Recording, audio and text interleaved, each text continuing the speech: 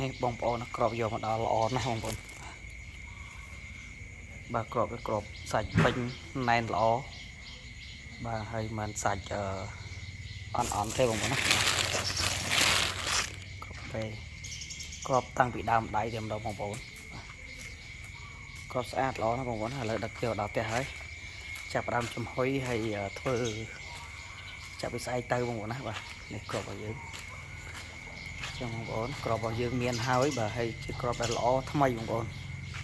បងត្រូវការអីអាចធ្វើការក៏មកបានហើយនេះបងប្អូនមើលសុំឲ្យជ្រុះចាស់បងប្អូនណាក្របស្អាតភ្លឹងតែម្ដងក្របបាទ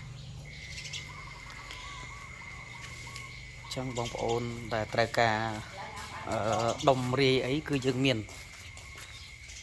យើងដឹកយកមកម្សិលមិញបានចូល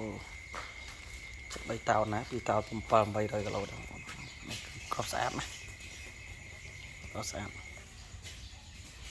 ក្របឡើងនិយាយរួមអញ្ចឹងទាំងអស់ហ្មងមកចការបងប្រុសគាត់ទុកតាំងពីដើមដៃមកគាត់ទុកឲ្យស្អាតលក់បាទចឹងបងប្អូនត្រូវការក្របអាចធ្វើការកម្មងបានបាទរួសរាន់ឡើងបងប្អូនក្រខែនេះយើងក៏មិននៅច្រើនអីប្រហែលទេបងប្អូនណាបាទចឹងអរគុណសម្រាប់មួយដែលបានគ្រប់គ្រងផលិតផលខ្មែរ